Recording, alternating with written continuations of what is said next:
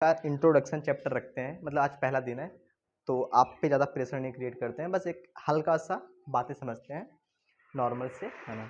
और चूँकि जब कभी भी कुछ हम स्टार्ट करते हैं, है ना, पता है लोग गलती क्या करते हैं, पहले ही दिन एकदम से ज़्यादा कर लेते हैं, अगले दिन करते ही नहीं। हमेशा छोटा सा स्टार्ट करो। अगर पढ़ने का मन नहीं कर रहा, खाली कह दो 5 मिनट पढ़ूंगा, 5 मिनट, सिर्फ 5 मिनट पढ़ो। आज भी 5 मिनट पढ़ो, कल भी 5 मिनट पढ़ो, तीसरे दिन 5 मिनट। जब तुम 5 मिनट पढ़ोगे ना तो तुम्हारा पक्का 6 मिनट पढ़ने का मन करेगा। अगले दिन 6 कर दो, फिर 7 कर दो, फिर 10 कर दो, फिर 15, फिर ऑटोमेटिक हो जाएगा। एक के दिन आज मैं 3 घंटे पढ़ूंगा, आज मैं 1 घंटा पढ़ूंगा, आज मैं 1 घंटा 2 घंटा पढ़ूंगा, एक को नहीं पढ़ पाया, है ना, फिर दिक्कत हो जाती है। ऐसे थोड़ी थोड़ी काम करते हैं, थोड़ी थोड़ी। सही है, पक्का। पढ़ाई से मतलब नहीं है, मतलब दिमाग से है। ऐसी कोई भी चीज़ जो तुम्हारा दिमाग तेज करे वो करो। और तुम सोच लो कि इस एज में ऐसी क्या चीज़ जो तुम्हारा दिमाग तेज करेगी, वो है पढ़ाई। इसके अलावा क्या दिमाग तेज करेगा, है ना। इसीलिए मैं कहता हूँ, और कुछ नहीं है। सही है,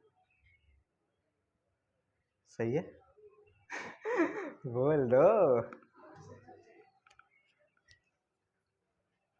अच्छा, कैसे बकरी तुम्हारी है, उसका नाम हम रखे हो? एक का नाम सोना, एक का नाम मोना, रख दो, कुछ रख दो यार, है नाम। नहीं रखो, नाम नहीं रखते। आज रख के आना, क्या रखे हो? अब ये बना के बताएगा। बताओ बताओ बताओ। हाँ बताओ। अरे बता दो ना, ना बताए लाके एकदम बेकार है। कान में मांगे तो मेरे। चलो देख, थोड़ी सी बातें कर लेते हैं किस पे, इंग्लिश।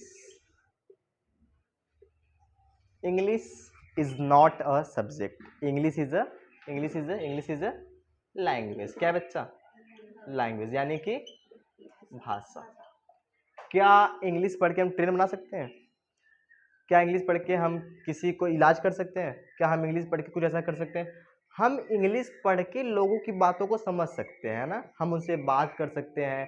कोई हम सामान खरीदने जा रहे हैं, उस पर इंग्लिश में क्या लिखा है, कोई दवाई खरीदे, कोई डॉक्टर बेवकूफ़ तो नहीं बना रहा है ना, तो इंग्लिश में क्या लिखा है हम खुद पढ़ लेंगे तो सबको समझ जाएंगे।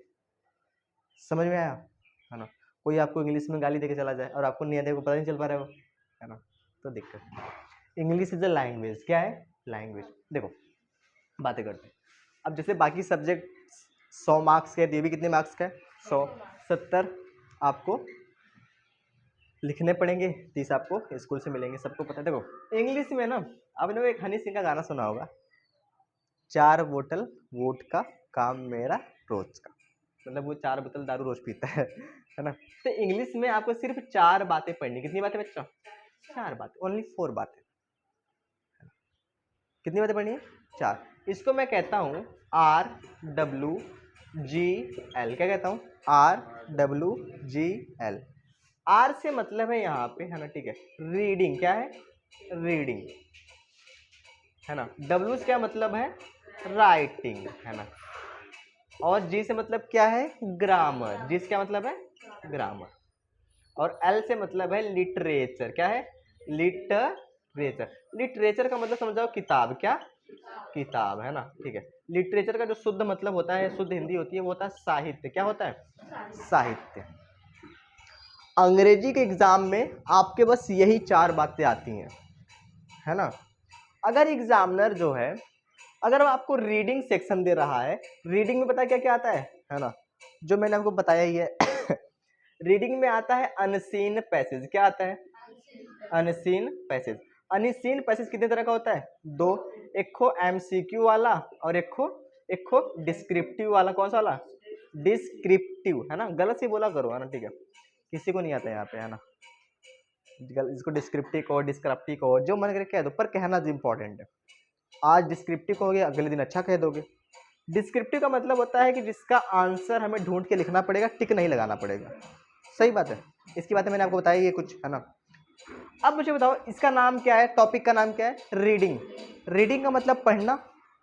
अगर कोई इंग्लिश, अगर मैं हूं, जैसे मैं एग्जामिनर हूं, मैं आपका पेपर बना रहा हूं, है ना, कि बच्चे से क्या क्या पूछना है, मुझे चेक करना है कि कौन बच्चा सबसे अच्छा है। तो मैंने एक को उसमें डाल दिया रीडिंग। रीडिंग का मतलब बच्चा क्या इंग्लिश पढ़ पाता है कि नहीं पढ़ पाता है। अगर वो इंग्लिश पढ़ पाता है तो क्या वो इंग्लिश समझ पाता है कि नहीं समझ पाता है। अगर वो इंग्लिश समझ लेगा तो जो क्वेश्चन पूछा जाएगा उसका आंसर नहीं दे देगा, वही तो चाहिए ना। हाँ, बस यही हो गया। अगर आपने इंग्लिश पढ़ लिया, इंग्लिश का आप समझ लिए, तो बात भी कर सकते हैं किसी से, कुछ भी कर सकते हैं। बात क्लियर कि नहीं क्लियर है। तो इस टॉपिक को देने का मतलब यही है ना। और ये कितने मार्क्स का आता है, 10 मार्क्स का अकेले आता है। इसको हम लोग कहते हैं रीडिंग सेक्शन। क्या कहते हैं, रीडिंग सेक्शन। रीडिंग सेक्शन में सिर्फ दो ही बातें आती है, मतलब दो ही नहीं, सिर्फ एक, अनसीन पैसेज। इसमें एमसीक्यू वाला, डिस्क्रिप्टिव वाला, है ना। तो इसमें क्या करना है, आपको जो पैराग्राफ दिएगा उसको पढ़ना है, समझना है, आंसर देना है ना। ये कैसे आएगा, जब आप इंग्लिश को लैंग्वेज की तरह देखेंगे, सिंपल तरीके से देखेंगे, और मैं आपको सिखा दूंगा, है ना। बात समझ आई नहीं आई। आप कभी देखे होंगे जो जितने भी अमीरों के लड़के होते हैं, अमीर मैं नहीं, ऐसे जानबूझ के कह देता हूँ, है ना, सब अच्छे होते हैं, है ना। आपने कभी देखा होगा, गौर करा होगा, वो अपने लड़के को सीबीएसई बोर्ड से पढ़ाते हैं, इंग्लिश मीडियम स्कूल में, और हर कोई पढ़ाएगा। इसका ये मतलब है कि आने वाले समय में इंग्लिश बहुत ज़्यादा इंपॉर्टेंट है। आप खुद सोचो, गाँव में लोग इंग्लिश बोलने लगा है, अब तो बाजार में इंग्लिश बोलने लगा है। आप जौनपुर में चले जाओ, इंग्लिश का मतलब ये है कि हिंदी के साथ इंग्लिश, है ना। आप कभी किसी दिल्ली वाले लड़कों को देखो, कभी किसी महाराष्ट्र, कभी कहीं पे देखो, तो कोई भोजपुरी बोलता है, उतना खास नहीं बोलता। जो भोजपुरी बोलता है उसको लोग गवार समझते हैं, पर ऐसा नहीं मतलब है, वो गवार नहीं है। बस ये होना चाहिए कि आपको इंग्लिश भी आए। जैसे कोई आपके सामने भोजपुरी में बात कर, आप भोजपुरी में बात कर लो। कोई ढेर अंग्रेज बन रहा है, अरे बेटा ये तो हमें जानते नहीं हो, है ना। तो ऐसे बात समझ आई ना। तो आपको मैं कहता हूँ 3 बातें सीख लो। एक को इंग्लिश थोड़ी सीख लो, थोड़ी भोजपुरी सीख लो, हिंदी। तुम्हारा मन करे एक और सीख लो, कभी महाराष्ट्र जाओ, मराठी सीख लो, पंजाबी सीख लो, क्या दिक्कत है ना। चलिए, पर इंग्लिश इंपॉर्टेंट है, जिसको इंग्लिश आती है वो सब सीख सकता है। ये बात क्लियर है, रीडिंग क्लियर है ना। ये राइटिंग, आप सोचो राइटिंग देने का मतलब क्या है। मतलब कि वो आपकी लिखावट चेक करना चाहता है कि आप कितना अच्छा लिखते हैं। राइटिंग में पता है क्या क्या आता है, एक को ऐसे आता है, क्या आता है, निबंध। और एक को क्या आता है, चाहे तो एप्लीकेशन या तो लेटर, या तो एप्लीकेशन या तो लेटर, इसमें से या करके आता है ना। और ऐसे मतलब निबंध। इसको आप कैसे पढ़ेंगे, अब चूंकि उतनी इंग्लिश आपकी अच्छी है नहीं, है ना, तो इसको आपको क्या करना पड़ेगा, लर्न, यानी कि याद करो और सुंदर से एग्जाम में लिख दो। जैसे भाई आ गया इंडिपेंडेंस डे, स्वतंत्रता दिवस पे क्या लिखो, निबंध लिखो, है ना। तो भाई हिंदी थोड़ी लिखना है, इंग्लिश में लिखना है। तो हम बताएंगे भाई अपना देश कब आज़ाद हुआ था, है ना, कैसे कैसे बात हुआ था, वो लिख देंगे हेडिंग डाल के। और हेडिंग एग्जाम में देता ही है, और कैसे कैसे होता है मैं आपको सिखाऊंगा ही, है ना, वही वाली बातें। चलिए, तो ये बात क्लियर है ना राइटिंग में। अब चूंकि राइटिंग नाम है तो हमें सुंदर से लिखना पड़ेगा, है ना। और इसमें क्या करना पड़ेगा, समझना पड़ेगा। ग्रामर, ग्रामर ये तय करता है कि आप जो लिख रहे हैं, आप जो पढ़ रहे हैं, आप जो लिख रहे हैं, वो कितना सही या कितना गलत लिख रहे हैं। What is grammar. ग्रामर तो ये होता है ना, किसी चीज को शुद्ध लिखना। आपने शायद पढ़ा होगा बचपन में व्याकरण की परिभाषा। ग्रामर मतलब व्याकरण। जब हम किसी चीज को शुद्ध लिखना, शुद्ध पढ़ना जान जाते हैं, है ना, तो उसे हम क्या कहते हैं, ग्रामर कहते हैं।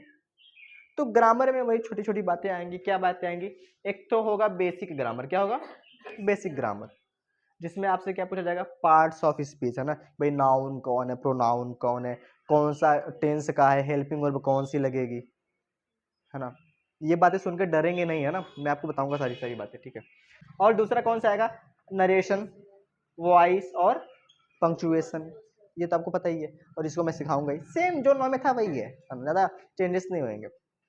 आगे बढ़ते हैं। ये तो हो गई ग्रामर की कहानी। और एक क्या आएगा, एक 4 लाइन का हिंदी रहेगा। क्या रहेगा, हिंदी। और आपको इंग्लिश में क्या करना पड़ेगा, ट्रांसलेट करना पड़ेगा, है ना। भाई कि वह एक राजा है, ही इज अ किंग, उसके पास 4 लड़के हैं, ही हैज अ 4 सन, ऐसे करके। तो बस सिंपल सी बात है, ये बात है। क्या ये बातें समझ में आ रही है, हाँ ऐसे। ये है कहानी, ठीक है। अब सुनो, ये बस इतने ग्रामर में बस इतना ही आएगा, ठीक है ना। लिटरेचर, लिटरेचर का मतलब साहित्य, मतलब कि किताब। अब ये तो सारी सारी बातें ग्रामर पे है ना, मतलब एक तरह से, है ना, ठीक है। अब बातें करते हैं कहाँ पे, किताब पे। किताब में 3 बातें होती है, कितनी बातें? 3। एक को होता है प्रोज, क्या होता है? प्रोज। एक को होता है पोएट्री, क्या होता है? पोएट्री। और एक होता है सप्लीमेंट्री, क्या होता है? सप्लीमेंटरी, क्या होता है? डरना मत यार, डरना मत, ठीक है? ये तुम्हें डराने के लिए ये लोग ऐसे ऐसे लिखते हैं, ठीक है ना? प्रोज का मतलब होता है एक ऐसी कहानी, है ना? ये भी कहानी ही होती है, एक ऐसी कहानी जो उतनी ऐसी कहानी नहीं है जिसको पढ़ के आपको बड़ा मजा आए। जैसे किसी के जीवन के बारे में हो सकता है ना? जैसे मान लेते हैं कि एक जैसे एक आदमी है नेल्सन मंडेला, क्या नाम है? नेल्सन मंडेला, जो कि साउथ अफ्रीका के पहले काले राष्ट्रपति थे। साउथ अफ्रीका एक ऐसा देश है जहाँ पे काले गोरे में बहुत भेदभाव था, है ना? अगर गलती से जो काला इंसान है गोरे को छू दे ना, उसका हाथ कटवा दे वो। पता है, जिस रोड पे गोरे लोग चलेंगे उस पे काले नहीं चल सकते, जिस होटल में गोरे लोग खाना खाएंगे वहाँ पे काले नहीं खाना खा सकते। सच कह रहा हूँ, ये हो रहा था। तो ऐसे चैप्टर, मतलब जिसमें क्या किसी के जीवन के बारे में बताया जाए, उस तरह की कहानी को हम लोग कहते हैं प्रोज। क्या कहते हैं? प्रोज कहते हैं। इसमें भी कहानियां होंगी, उस कहानी को पढ़ेंगे, समझेंगे, वहां से क्वेश्चन आंसर आएंगे। अब यहाँ पे क्वेश्चन आंसर आप तब समझ पाएंगे जब आप इंग्लिश समझ पाएंगे। तो सारी सारी बातें समझाऊंगा, है ना? पोएट्री के बारे में आपको पता है ना? पोएट्री का मतलब होता है ग्रुप्स ऑफ पोएम। जब ढेर सारी पोएम मिला देते हैं उसको कहते हैं पोएट्री, है ना? यानी कि पोएट्री का मतलब कविता। क्या? जो मैंने सिखाया था डस्ट ऑफ स्नो, जो बताया था, है ना? लेखक बड़ा दुखी होता है, उसके ऊपर बर्फ गिरती है छन्न से, उसका दिन चेंज हो जाता है ना? तो वो कविता, है ना? और सप्लीमेंट्री की अगर हम बातें करें, है ना, किसकी बातें करें? सप्लीमेंट्री के। सप्लीमेंट्री का मतलब होता है शॉर्ट स्टोरी। क्या होता है? Short story. सही चल रहा है? Short story. शॉर्ट स्टोरी मतलब वही जो आपने पढ़ा है ना, एक राजा एक रानी, है ना? ठीक है। 3 अनमोल वचन, है ना? कछुआ और खरगोश की कहानी। तो जो सिंपल सी कहानी जिसको पढ़ के, वो कहानी क्या होती है? पूरी तरीके से बनावटी होती है। क्या होती है? बनावटी। वो रियल लाइफ नहीं होता, वो बस कहानी बना दिया गया, है ना? समझ में आया? आपको समझाने के लिए। उसमें की एक कहानी बड़ी प्यारी सी थी, ठीक है ना? एक चोर रहता है जिसका नाम रहता है हरी सिंह। इससे सप्लीमेंट्री की बातें कर रहा हूँ। हरी सिंह और एक लड़का रहता है अनिल। जो हरी सिंह रहता है मात्र 15 साल का रहता है, और जो अनिल रहता है वो 25 साल का रहता है। तो हरी सिंह 15 साल का, वो पता है 15 साल की उम्र में ही एकदम से एकदम शातिर चोर बन चुका है। ऐसे चोरी कर लेता है कि किसी को हवा तक नहीं लगती। पहले जाता है दूसरे घर में लोगों के काम मांगता है, जब काम मांग लेता है फिर 1 2 दिन 3 दिन मौका देख के सबको सामान उड़ा के गायब हो जाता है ना? तो अनिल से भी काम मांगता है, तो अनिल उसको काम दे देता है ना? उसको काम दे देता है, लेकिन अब देखो जो चोर है ना उसका दुनिया में कोई है नहीं, है ना? तो जो अनिल है उसकी इतनी देखभाल करता है, उसकी इतनी केयर करता है कि चोर उसके साथ रहते रहते उसको लगता है यार इसका मैं चोरी करके भागूंगा। एक्चुअल में क्या होता है ना कि वो एक दिन मतलब अपना पेमेंट लेके आ रहा होता है, उसको पैसा मिल जाता है कंपनी से, लेके आता है और तकिया के नीचे छुपा के सो जाता है। तो जो चोर है, अब उसको चूंकि चोर तो है ही है, चुराने आया है, तो पैसे धीरे से निकालता है तकिया के नीचे से और लेके भाग जाता है स्टेशन की तरफ। भाग तो जाता है लेकिन वो अंदर से भाग नहीं पाता है, फिर उसको लगता है यार कुछ तो मैं गलत कर रहा हूँ ना। जिस इंसान ने मेरे पे इतना भरोसा करा, मेरे को खाना दिया, मुझे दोस्त की तरह माना, है ना? मेरा कोई है ही नहीं दुनिया में, मैं उसका नहीं गलत कर सकता। फिर वो भाग भाग तो जाता है, फिर वापस आ जाता है और चुपके से वो पैसे रख देता है। तो एक कहानी है, मैं आपको सिखाऊंगा, बड़ी प्यारी है, सप्लीमेंट्री में, है ना? प्रोज पोएट्री सप्लीमेंट्री से यहाँ से क्या क्या आता है? यहाँ से क्या क्या आता है आपको पता है? क्वेश्चन आंसर तो आता ही आता है ना? पोयम से पता है क्या आता है? 4 लाइन की पोयम। आपको 4 लाइन की कोई भी एक पोयम याद कर लेनी, 4 नंबर वैसे ही मिल गए, ठीक है? 4 नंबर नहीं, शायद 3 नंबर का आता है। और पोएट्री, और यहाँ से एक आपने नाम सुना होगा सेंट्रल आइडिया। क्या सुना होगा?